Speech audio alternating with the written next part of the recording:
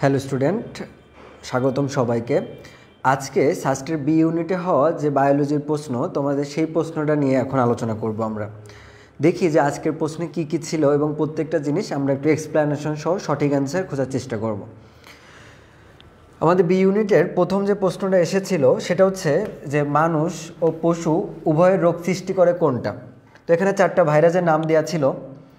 তো এই ভাইরাসেরগুলোর মধ্যে ছিল adenovirus, rhinovirus, varicella আর ভ্যারিওলা।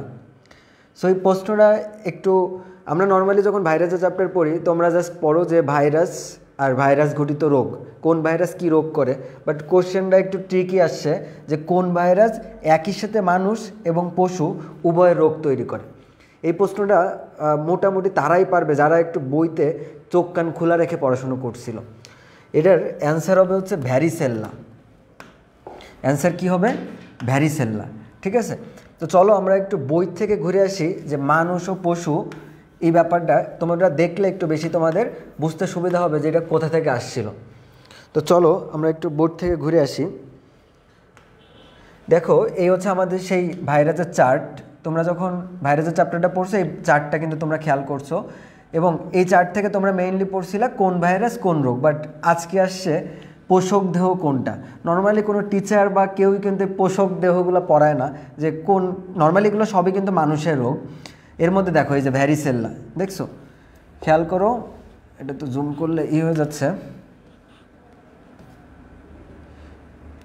এই যে খেয়াল করো, এই যে ভ্যারিসেলা। ভ্যারিসেলা দেখো একই সাথে মানুষ প্লাস পশু পাখি একই সাথে হচ্ছে। সো এইটাই পরীক্ষায় আসছে, মানুষ প্লাস পশু দুইটার ক্ষেত্রেই রোগ তৈরি করে কোন ভাইরাস। অ্যান্সার হবে হচ্ছে ভ্যারিসেলা। দেখছো এগুলো মেডিকেলেও আসছে, এগুলো বিগত বছরে। যাই হোক, তাহলে আশা করি অ্যান্সারটা বুঝতে পারছো যে মানুষ আর পশু পাখিতে হচ্ছে ভ্যারিসেলা। তো চলো আমরা এখন আমাদের আসল প্রশ্নে যাই। তাহলে এখানে অ্যান্সারটা হবে হচ্ছে ভ্যারিসেলা। চলো আমাদের 2 নম্বর প্রশ্নে যাই। ভিটামিন বি12 সম্পর্কে কোনটা সঠিক? তো ভিটামিন বি12 সম্পর্কে তোমরা সেই অনেক দিন ধরে জানতেছো যে এটা কী নামে পরিচিত? কোবালামিন। হ্যাঁ, কোবালামিন নামে পরিচিত। সো এইটাই হচ্ছে অ্যান্সার, যে ভিটামিন বি12 সম্পর্কে কোনটা সঠিক। ওকে, তো এরপরে আসা হচ্ছে পরবর্তী কোশ্চেনে যে মানুষের করোটিতে অস্থি কয়টা। নর্মালি করোটিকে অস্থি কয়টা এইটা যদি তুমি বইতে খুলো দেখবা যে করোটিতে অস্থি আছে 29টা। তুমি দেখবা এইটাই আছে 29টা, কিন্তু এখানে তো 29টা অপশানেই নেই। তাহলে এখানে তোমার টেকনিক খাটাইতে হবে যে কোনটা আসলে হইতে পারে। তো দেখো, করোটির ভিতরে আমরা একটা জিনিস কিন্তু পড়ে আসছিলাম যে এখানে করোটির ভিতরে করোটিকা আছে, তাই না? করোটিকা। তোমরা এই জিনিসটা কিন্তু বারংবার পড়তা যে করোটি, হ্যাঁ, নামে বড় কিন্তু সংখ্যায় বেশি 29টি, কিন্তু করোটিকা নামে বড় কিন্তু সংখ্যা কয়টা? 8টি অস্থি থাকে। কয়টা? 8টা। আর তোমরা জানো করোটির ভিতরে আরও কি আছে? মুখমণ্ডলীয় অস্থি। মুখমণ্ডলীয় অস্থি। আর এই মুখমণ্ডলীয় অস্থি কয়টা বলো তো? 14টা। কয়টা? 14টা। তাহলে তুমি 14 আর 8 যোগ করো, যোগ 8, তাহলে 22। তাহলে এইভাবেও অ্যান্সারটা নিতে পারো যে করোটিতে অস্থি কয়টা, 22টা ধরা যাবে, বা এইটা নিয়ে হয়তো পরে কোনো কনফিউশন ক্রিয়েট হইতে পারে। বাট আপাতত আমরা অ্যান্সার 22ই ধরতে পারি, কারণ যেহেতু মুখমণ্ডলী এবং করোটিকা 8, 14, 22। সো সেই হিসেবে তুমি এখানে যেহেতু 29 নাই 22 ধরতে পারতেছো। পরবর্তী প্রশ্ন যেটা ছিল সেটা হচ্ছে গ্লুকোজ থেকে গ্লাইকোজেন তৈরির প্রক্রিয়া কি। খুব সুন্দর করে এই শব্দগুলা বেশিরভাগ সবাই প্যাচ খেয়ে যায়। অ্যাডমিশনের সময় কিন্তু এগুলো আমরা সুন্দর করে শিখাই। দেখো, তৈরি হচ্ছে কি আগে সেটা মনে রাখবা। কি তৈরি হচ্ছে? গ্লাইকোজেন তৈরি হচ্ছে, তাই না? তো মনে রাখবা কোনো কিছু যখন তৈরি হয়, হ্যাঁ, গ্লুকোজ থেকে গ্লাইকোজেন তৈরি হচ্ছে, মনে রাখবা তৈরি হওয়ার ব্যাপারটাকে আমরা বলি জেনেসিস। জেনেসিস মানে তৈরি হওয়া। তাহলে এখন আমার খুঁজে বের করতে হবে জেনেসিস কই আছে। দেখো, গ্লাইকোজেনোলাইসিস হবে না, কারণ গ্লাইকোজেনোলাইসিস প্রক্রিয়ায় গ্লাইকোজেন ভাঙে। আমার এখানে গ্লাইকোজেন তৈরি হচ্ছে না। দেখো, আমি বলছি কি জেনেসিস থাকবে। তাহলে আমরা একটু খুঁজে বের করি যে কই আছে। দেখো, গ্লুকোজ থেকে কি তৈরি হচ্ছে? গ্লাইকোজেন। তাহলে অ্যান্সারটা হবে গ্লাইকোজেনেসিস। এই যে, তাহলে এটা হচ্ছে সঠিক অ্যান্সার। তাহলে গ্লাইকোজেন তৈরি হচ্ছে, গ্লাইকোজেন, তাহলে গ্লাইকোজেনেসিস। আর গ্লাইকোজেনোলাইসিস মানে কি? গ্লাইকোজেন ভাঙা।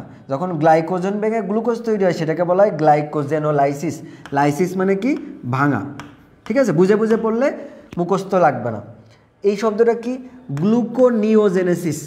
এই 4টা শব্দ কিন্তু খুবই একটা সুন্দর, অ্যাডমিশনে যারা বুঝে খুব সহজে অ্যান্সার করতে পারে। তাহলে গ্লাইকোজেনোলাইসিস প্রক্রিয়ায় গ্লাইকোজেন ভেঙে গ্লুকোজ তৈরি হয়। একটু লিখে লিখে পড়াই দিই। তাহলে এখানে কি ভেঙে কি তৈরি হবে? গ্লাইকোজেন ভেঙে গ্লুকোজ। সেই প্রক্রিয়াটাকে আমরা বলছি গ্লাইকোজেনোলাইসিস। আর গ্লাইকোজেনেসিস মানে কি? গ্লুকোজ থেকে গ্লাইকোজেন তৈরির যে প্রক্রিয়া, যেটা হচ্ছে আমাদের পরীক্ষার প্রশ্ন আসছে। তাহলে এটা অ্যান্সার। গ্লুকোনিওজেনেসিস মানে কি? মনে রাখবা নিও শব্দ যেখানে থাকবে, গ্লুকোনিও মনে রাখবা নন কার্বোহাইড্রেট সাবস্টেন্স। নন কার্বোহাইড্রেট কারা? নন কার্বোহাইড্রেট। নন কার্বোহাইড্রেট হচ্ছে যারা প্রোটিন ফ্যাট, এরা যখন প্রোটিন ফ্যাট এইসব জায়গার থেকে গ্লুকোজ তৈরি হয়, বুঝছো? নন কার্বোহাইড্রেট থেকে যখন গ্লুকোজ তৈরি হয় সেই প্রক্রিয়াটাকে বলা হয় হচ্ছে গ্লুকোনিওজেনেসিস। এখন হচ্ছে গ্লাইকোলাইসিস। গ্লাইকোলাইসিস কি? এটা শ্বসনের প্রথম ধাপ। দেখছো তোমার কীভাবে প্যাচ দেয়? তাহলে এটা হচ্ছে শ্বসনের প্রথম ধাপ। ওকে, তাহলে আশা করি বুঝতে পারছো যে কোনটার অ্যান্সার কী হবে। তাহলে এটার অ্যান্সার কী হবে? গ্লাইকোজেনেসিস। ওকে, এরপরের প্রশ্নটা ছিল বিষক্রিয়া সৃষ্টি করে কোনটা? এখানে অনেকগুলো ব্যাকটেরিয়ার নামটাম দিয়ে আছে, বলছে যে কোন ব্যাকটেরিয়াটা বিষক্রিয়া সৃষ্টি করে। আমরা যখন ব্যাকটেরিয়া পড়ছিলাম আমরা কিন্তু ওখানে পড়ছিলাম যে বোটুলিনাম, হ্যাঁ বোটুলিনামের মাধ্যমে, বোটুলিনাম একটা টক্সিন, এটার মাধ্যমে বোটুলিজম হয়, তাই না? তাহলে কোন ব্যাকটেরিয়া হবে? Clostridium botulinum. এই ক্লোস্ট্রিডিয়াম বোটুলিনাম সে কি করে? তার এই যে বোটুলিনাম যে টক্সিন, এই বিষ বোটুলিনাম সে বোটুলিজম করে। কি করে? বোটুলিজম, তাই না? তো চলো আমরা একটু বইতেও দেখে আসি যে এটা কোথা থেকে আসছে। আমরা একটু বইতে যাই।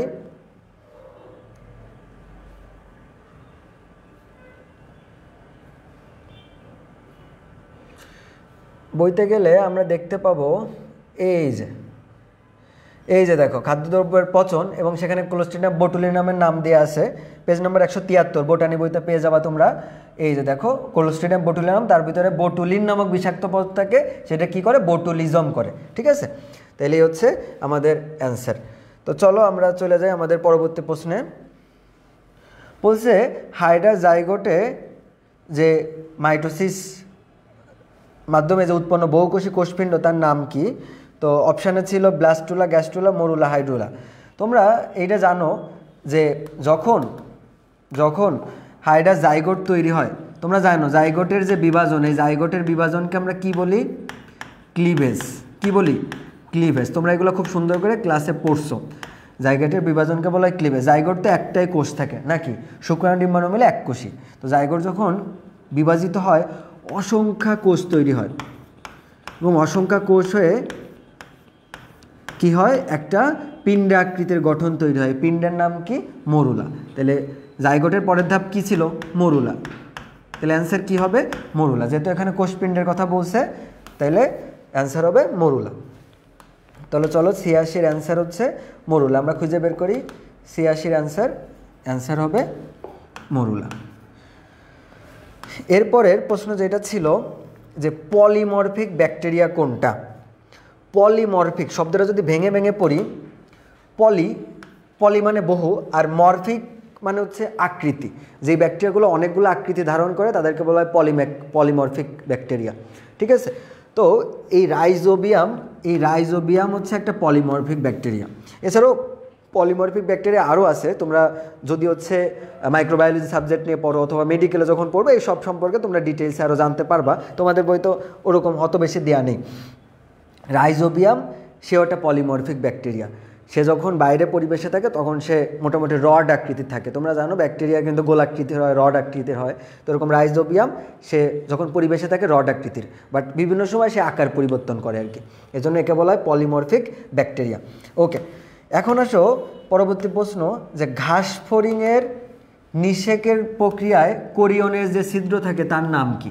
তোমরা এটা খুব সুন্দর করে পড়ে আসছিলে। একটা ছিদ্র থাকে ওখানে, ছিদ্রের নাম কি ছিল? মাইক্রোপাইল। সো এটা নিয়ে আর কোনো কথা নেই, এগুলো তোমরা ঘাস ফড়িংয়ে পড়ছিলা দাগানো লাইনের মধ্যে। মাইক্রোপাইল, ঠিক আছে। এরপরের অ্যান্সার দেখি কি হবে। বলছে গোল্ডেন রাইস এবং গোল্ডেন রাইস 2 এর মধ্যে বিটা ক্যারোটিনের অনুপাত কত। তো কথা হচ্ছে যে আমাদের যে গোল্ডেন রাইস তার থেকে গোল্ডেন রাইস 2 ওইটারও বেশি আপডেটেড ভার্সন আর কি, যেখানে বিটা ক্যারোটিনের পরিমাণ অনেক বেশি থাকবে। এবং এটা কত গুণ বেশি থাকে, গোল্ডেন রাইস 2তে 23 গুণ বেশি থাকে। ঠিক আছে, তাহলে এইটার থেকে এটা যদি 23 গুণ বেশি থাকে, অ্যান্সারটা আমরা কত ধরতে পারি, 1:23। তাহলে গোল্ডেন রাইস এবং গোল্ডেন রাইস 2 এটার মধ্যে গোল্ডেন রাইস 2তে আমাদের 23 গুণ বেশি বিটা ক্যারোটিন থাকে, তাহলে অনুপাতটা 1:23। এখন একটা সুন্দর প্রশ্ন দিয়েছে, রক্তে রেচন বর্জ্য যখন বৃদ্ধি পায় এটাকে কি বলে। Uraemia, pneumonia, anaemia, azotaemia. আমি যদি শব্দগুলো ভেঙে ভেঙে পড়াই, প্রথমে দেখো নিউমোনিয়া। নিউমোনিয়া হচ্ছে ফুসফুসের রোগ, ফুসফুসে ইনফেকশন, তো এটার সাথে এটা রিলেটেড না, কাটা। অ্যানিমিয়া, অ্যানিমিয়া হচ্ছে শরীরে যখন হিমোগ্লোবিনের পার্সেন্টেজ কমে যাচ্ছে, লোহিত রক্তকণিকা কমে যাচ্ছে, কাটা, হবে না। এখন কনফিউশনে পড়বে যারা বেশি ভালো জানো, অ্যান্সার কি অ্যাজোটেমিয়া হবে নাকি অ্যান্সার ইউরেমিয়া হবে। তোমরা কিন্তু ইউরেমিয়া শব্দটা মনে মনে ভাবতে পারো ইউরেমিয়া, আবার অনেকে ভাবতে পারো যারা একটু ভালো বেশি জানো, পড়াশোনা মেডিকেলে ভাইদের কাছে পড়ছো, অ্যাজোটেমিয়া শব্দটাও তোমরা শুনে থাকবা। তাহলে অ্যাজোটেমিয়া হবে না ইউরেমিয়া হবে, তোমরা কনফিউজ হয়ে যেতে পারো। সুন্দর করে শিখাই, চলো। কথা হচ্ছে যখন আমাদের ব্লাডে রেচন বর্জ্য মানে তুমি তো জানো, ইউরিয়া, তারপর হচ্ছে ক্রিয়েটিনিন, এগুলাকে আমরা কি বলি, রেচন বর্জ্য, নাইট্রোজেন গঠিত বর্জ্য পদার্থ, তাই না। তো কথা হচ্ছে যখন আমাদের ব্লাডে ইউরিয়া, ক্রিয়েটিনিন এগুলো বেড়ে যায়, বেড়ে যাওয়াকে আমরা বলি অ্যাজোটেমিয়া। বেড়ে যাওয়াকে আমরা কি বলি, অ্যাজোটেমিয়া। বুঝতে পারছো। তাহলে কথা হচ্ছে ইউরেমিয়া কি, ইউরেমিয়া হচ্ছে এই অ্যাজোটেমিয়া যখন হলো, মানে ব্লাডে যখন নাইট্রোজেনাস বর্জ্য পদার্থ বেড়ে গেল, যখন সিভিয়ার পর্যায়ে বেড়ে যাবে তখন এই পেশেন্টের কিছু সিমটম দেখা যাবে, এই পেশেন্টের তখন কিছু লক্ষণ প্রকাশ পাবে, তখন সেটাকে বলা হয় ইউরেমিয়া। বুঝতে পারছো। তাহলে এখন তারা কোন অ্যান্সার নেবে সেটা পরের ব্যাপার, বাট তুমি সঠিক ব্যাপারটা জেনে রাখো যে অ্যাজোটেমিয়া হচ্ছে সঠিক অ্যান্সার এক্ষেত্রে বেশি। যে আমাদের ব্লাডে কি বেড়ে গেছে, নাইট্রোজেনাস যে বর্জ্য পদার্থ বেড়ে গেছে, বেড়ে যাওয়াকে বলি অ্যাজোটেমিয়া। আর যখন অনেক বেড়ে যাওয়ার কারণে সিভিয়ার পর্যায়ে চলে যায়, পেশেন্টের মধ্যে সিমটম ডেভেলপ করে, পেশেন্টের যে লক্ষণগুলো প্রকাশ পায়, সেটাকে আমরা বলি ইউরেমিয়া। ঠিক আছে, ওকে, ভেঙে ভেঙে বোঝালাম কেন অ্যান্সার হবে, কোনটা হবে। এরপরে আসো যে রুই মাছের অন্ননালী ও বায়ুথলির মাঝখানে একটা সংযোগকারী নালী থাকে। তুমি যখন রুই মাছ পড়ছো, সারা দুনিয়া তো আর পড়ো নাই, গুরুত্বপূর্ণ জিনিসগুলো তো পড়ছিলা, যে রুই মাছের যে বায়ুথলি, এই যে বায়ুথলি, তার বায়ুথলির 2টা খণ্ড তোমরা জানো, এটার সাথে একটা নালী ছিল, যেই নালীটা তাদের অন্ননালীর সাথে কানেকশন করে। এই হচ্ছে অন্ননালী আর এই হচ্ছে তার বায়ুথলি। এই অন্ননালী আর বায়ুথলির মধ্যে কানেকশন করে একটা নালী ছিল, এই নালীর নাম ছিল নিউম্যাটিক নালী। কি নালী ছিল, নিউম্যাটিক নালী, নিউম্যাটিক নালী। তাহলে চলো আমাদের পরীক্ষায় এইটাই আসছে, বায়ুথলি আর অন্ননালীর মাঝখানে কানেকশনকারী নালী কোনটা, দেখি। নিউম্যাটিক কনে আছে, এটা না, এটাও না, এটাও না, এই যে ডাক্টাস নিউমেটিকাস, এই যে নিউম্যাটিক নালী, এর আর একটা ভালো নাম হচ্ছে ডাক্টাস নিউমেটিকাস। তোমার নাম যেরকম একটা না, তোমার নাম 2টাও হইতে পারে, ভালো নাম আছে না তোমার, সেরকম নিউম্যাটিক নালীর একটা ভালো নাম হচ্ছে ডাক্টাস নিউমেটিকাস। তাহলে আমাদের অ্যান্সার শেষ। এরপরে বলছে একবীজপত্রী উদ্ভিদের কাণ্ডের কেন্দ্রে যেটা থাকে সেটাকে কি বলে। তুমি অবশ্যই সেই ছবিগুলো আঁকা একাই পড়ছিলা যখন ইন্টারমিডিয়েটে পড়ো, মনে আছে যে এই যে একটা ছবি পড়ছিলা আঁকা একা, এইভাবে গুল্লা দিয়ে মাঝখানে আঁকাইতা মজ্জা, মনে নেই? এই যে তাহলে মাঝখানে কি ছিল, মজ্জা। তো অ্যান্সার কি হবে তাইলে, মজ্জা হবে। কি হবে, মজ্জা। ওকে, চলো এবার পরবর্তী প্রশ্নে যাই। বলছে পিরিয়ন কি। এই প্রশ্নটা কোন জায়গা থেকে আসছে, পিরিয়ন আসছে ভাইরাস থেকে। ভাইরাসের মধ্যে একটা টপিক ছিল, যারা ভালো করে পড়ছো তারা জানো। এখানে কয়েকটা শব্দ ছিল, একটা হচ্ছে ভিরিয়ন,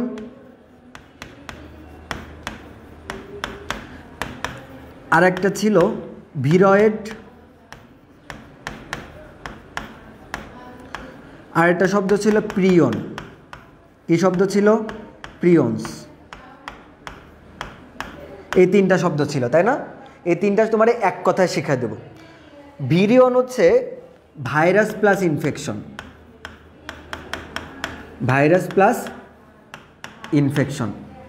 ভিরয়েড হচ্ছে আরএনএ প্লাস ইনফেকশন, আর প্রিয়ন হচ্ছে প্রোটিন প্লাস ইনফেকশন,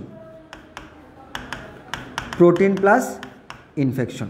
তাহলে কি বললাম, ভিরিয়ন হচ্ছে যেই ভাইরাসগুলা সংক্রমণ ক্ষমতা সম্পন্ন তাদের বলা হয় ভিরিয়ন, আর ভিরয়েড হচ্ছে যেই আরএনএটা ইনফেকশন করতে পারে, আর প্রিয়ন হচ্ছে প্রোটিন ইনফেকশন করতে পারে। আমার পরীক্ষায় কোনটা আসছে, প্রিয়ন, তাহলে আমার এখন খুঁজে বের করতে হবে প্রোটিন ইনফেকশন করতে পারে। অ্যান্সারে দেখো এই যে প্রোটিন, আমিষ, তাহলে অ্যান্সার হবে আমিষ আর প্রাণী, এইটা হবে অ্যান্সার। ঠিক আছে, ওকে। এখন আসো এই অপশানে একটু প্যাচ লাগাইছে, দেখো অপশানে ছিল আমিষ প্রাণীদের এবং আরেকটা ছিল আমিষ উদ্ভিদের। কথা হচ্ছে যে এই প্রোটিন, এই প্রিয়ন কিন্তু মানুষের স্নায়ুতন্ত্রে একটা রোগ তৈরি করে। এই রোগকে আমরা বলি কুরু রোগ, ক্রুসফেল্ড আর কুরু রোগ। ঠিক আছে, ক্রুসফেল জ্যাকব আবিষ্কার করছিল, এই জন্য নাম হয়েছিল ক্রুসফেল ডিজিজ, আর এটা হচ্ছে কুরু। আমাদের সেন্ট্রাল নার্ভাস সিস্টেমে এই সমস্যাটা হয় মানুষের। ঠিক আছে, তো এই হচ্ছে ব্যাপার। বলছে মানুষের কানের ভিতরে বাইরে থেকে যে বা ভিতরে বাইরে সংক্রমণেরকে আমরা কি বলি। কথা হচ্ছে কোনো জায়গায় যখন সংক্রমণ হয় সেই জায়গাটাকে আমরা আইটিস যুক্ত করে দিই। কি যুক্ত করি? আইটিস। হ্যাঁ, তো কথা হচ্ছে আমাদের কানে সংক্রমণ হয়েছে, তাহলে কথা হচ্ছে যে আমরা বাদ দিয়া শিখে আগে, কান যেহেতু সাইনাস না তাহলে সাইনোসাইটিস হবে না, ল্যারিংস না এটা তাহলে ল্যারিংজাইটিস হচ্ছে না, টিউবারকুলোসিস তো যক্ষা তাহলে মোটেও হচ্ছে না। কান মানে হচ্ছে ওটাই, কান মানে কি? ওটাই। তাহলে কানে যেহেতু হয়েছে তাহলে এটাকে কি বলে? ওটাইটিস। কি বলে? ওটাইটিস। তোমরা ওটাইটিস মিডিয়া পড়ে আসছিল না, মধ্যকর্ণের সংক্রমণ। ওটাইটিস মানে হচ্ছে কান। ঠিক আছে, এরপরে প্রশ্নটা, সেমিলিথাল জিন কোন রোগের জন্য দায়ী? তোমরা যখন জিনতত্ত্ব চ্যাপ্টার পড়ো তখন সেখানে সেমিলিথাল জিন আছে, সাবভাইটাল জিন আছে। 50%-এর বেশি জীব যখন মারা যায় সেটাকে বলা হয় সেমিলিথাল জিন, আর 50% কম মারা গেলে সেটাকে বলা হয় সাবভাইটাল। সেখানে সুন্দর করে লেখা ছিল যে সেমিলিথাল জিনের কারণে কি হয়? হিমোফিলিয়া। হিমোফিলিয়া হচ্ছে সেমিলিথাল জিনের একটা ঘটিত রোগ। চলো আমরা একটু বইতে দেখে আসি এটা সুন্দর করে।